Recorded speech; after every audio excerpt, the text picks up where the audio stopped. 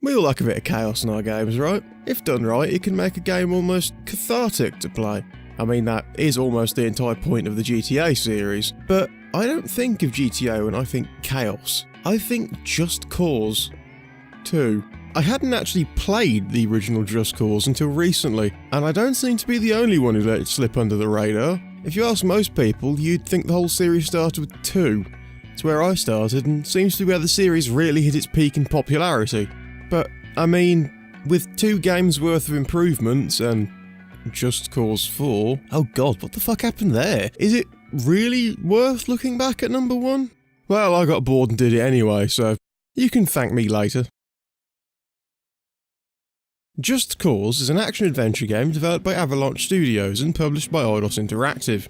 In Just Cause, you play as Rico Rodriguez, an agent for the Agency. That's some really nice naming there, lads. You tried really hard on that one, didn't you? Dropped onto the island of San Esperito after being contacted by his commanding officer and professional Elvis impersonator Tom Sheldon. See, the dictator of San Esperito, one Salvador Mendoza, isn't exactly loved by his people, and is apparently hoarding some weapons of mass destruction. Before you can ask if this is just about his weird anime collection, you're freeing the leader of the guerrillas, or, gorilla, just the one then game, and pitting 2 drug cartels against each other just to annoy the island's army and hopefully keep them off your back for a while.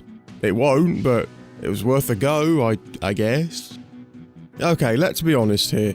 Do you really expect much of a plot? We're not destabilizing this country Far Cry 2 style. This is all about chaos. If you're driving down the road and something isn't being shot, blown up, or flying off, you're probably doing it wrong. Most of the time that thing will be you, but I'm sure it'll be fine.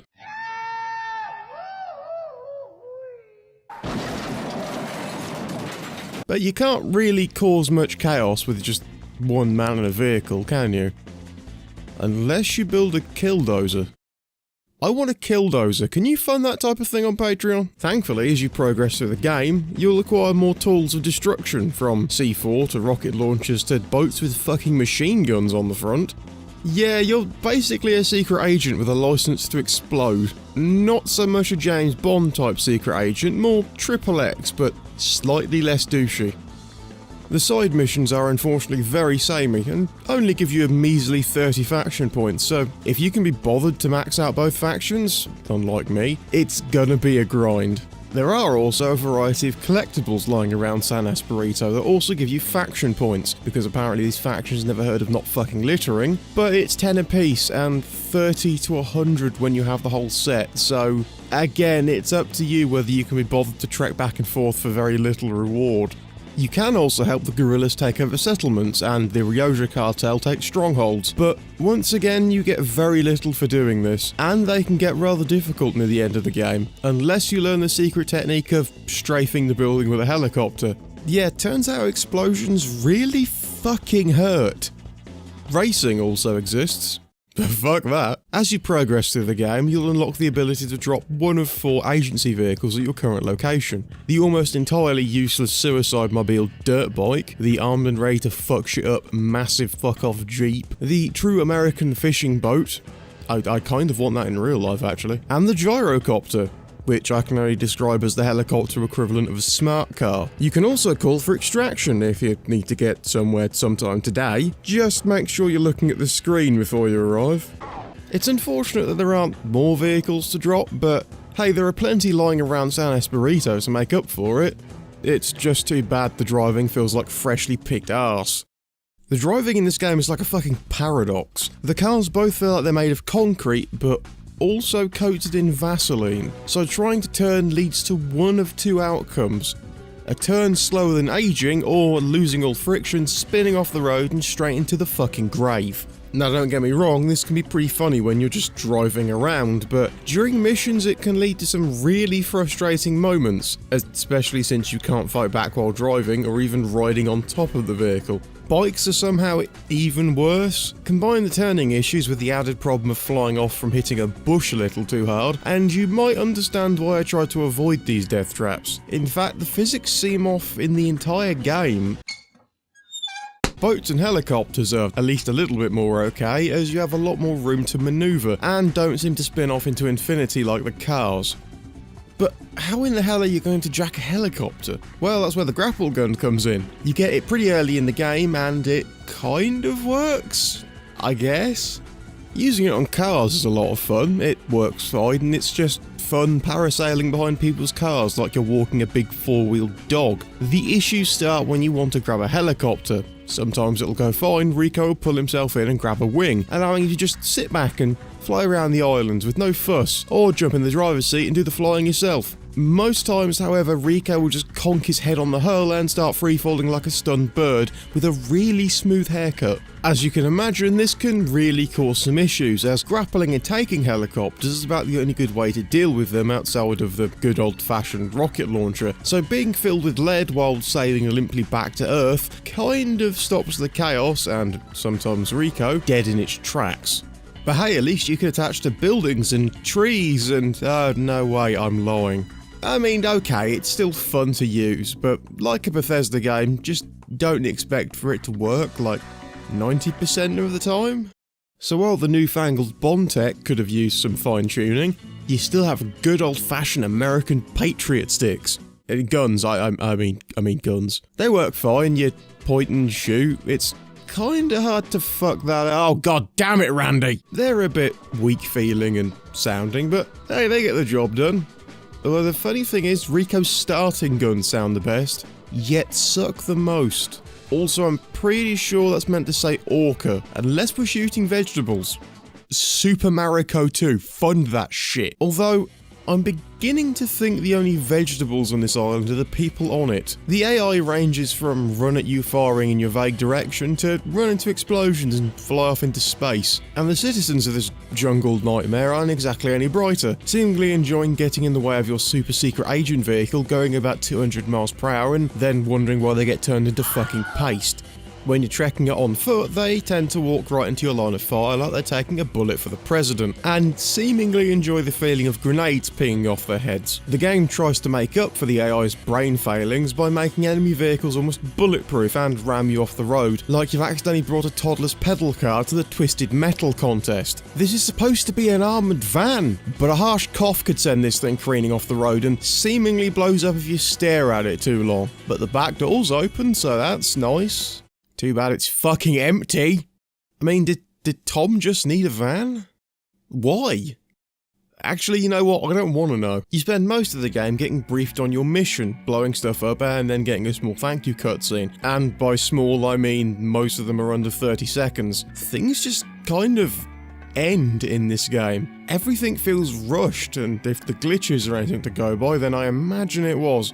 It doesn't help that while Rico has the look of Antonio Banderas, he has the charisma of a lightly spiced pack of crisps, with a staggering, awe-inspiring 8 one-liners, and the sultry voice of a man who chugs NyQuil. Not to worry, that's always the plan. He feels like a C-movie action hero played by an actor you've never heard of on a film that you're watching at 3 AM. Now that's not to say Rico doesn't have his cool moments, I just feel this needed more time in the oven to really cook up some action movie magic. One character I haven't mentioned is your other mission giver, a woman by the name of... That's gotta be Kane! That's gotta be Kane! Yes, that. She hangs around with Tom, reads political books, and isn't a huge fan of Rico. Never seen a girl in a bathing suit, schmuck? That's her character.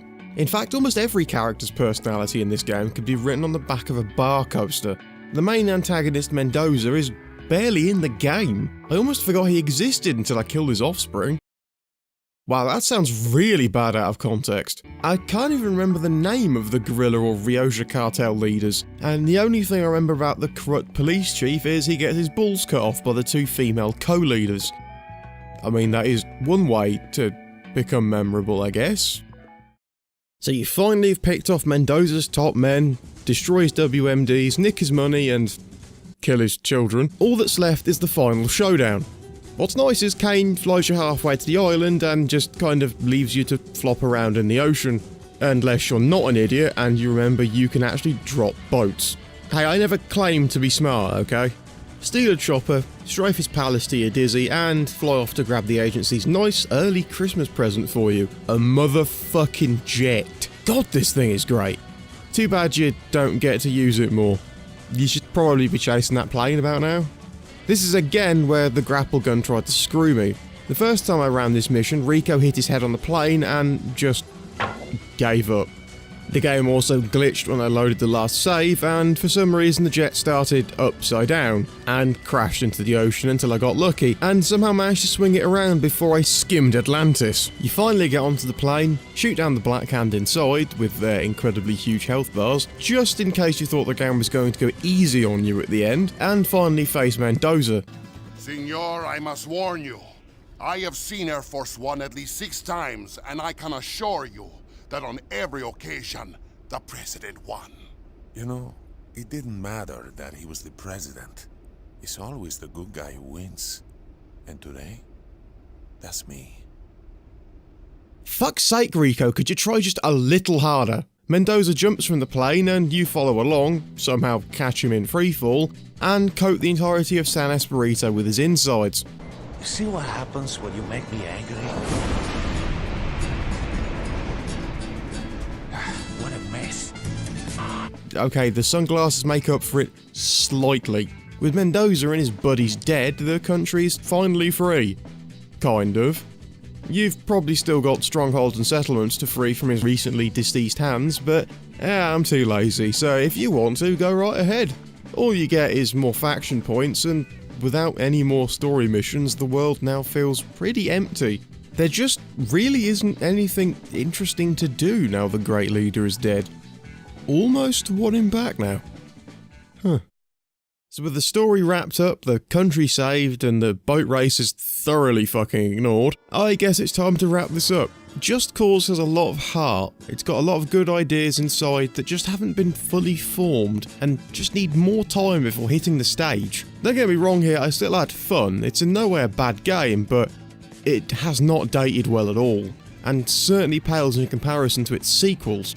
Its soundtrack and graphics are still quite nice, and I'd still take this game over the countless open-world bandwagon jumpers that have released recently, and possibly Just Cause 4. Seriously, Square, what did you do to get this much bad press? Do you die in real life if you fail? Because if so, I'll take 5 copies. Either way, if you can pick this game up cheap, it's still a pretty fun romp. Just don't expect it to blow your mind, but do expect vastly unintended wackiness. Subscribe.